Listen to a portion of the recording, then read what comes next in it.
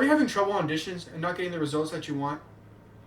I can guarantee you that that problem stems from the way that you practice your instrument.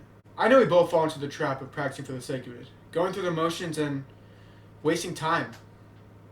Well, today I'm going to show you 5 things that you can implement today in your practice session that you can increase productivity by 10 times. Number 1 is a very common guilty pleasure of mine, and I know it's one of yours too.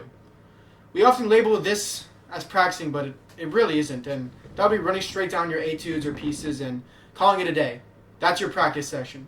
You move on to the next piece that's more fun. You have a few blips, and then and you call it a day. But in reality, that's not practicing at all, and we both know it. So we both need to make sure that you isolate the pieces in the etude that have those blips, so you can target them more directly and solve the problem. Number 2 ties into number 1 in that you are not critical enough.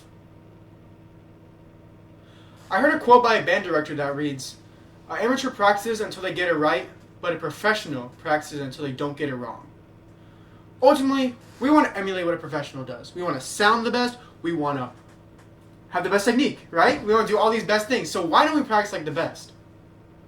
Whenever I hear a blip in a run through of a piece, I make sure that blip gets isolated and I hammer it down. I make sure it doesn't happen again. I build that correct muscle memory because I know that blip is going to cost me in the audition if I don't take care of it now. Number 3 is that you're too distracted. I have been guilty of this many times when I'm in a group practice session and I just turn to social time, or I have a YouTube video on during fundamentals. I often fall into this trap of distraction. And some might say that, oh, we're playing, so we're practicing. It doesn't work that way. Just like how during that workout, you want to build a mind-muscle connection to have the most intense focus during your reps. We want to build that same focus during our practice sessions.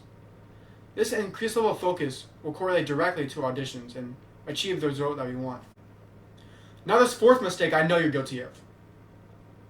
And that's not doing a warm-up and fundamentals before every single practice session.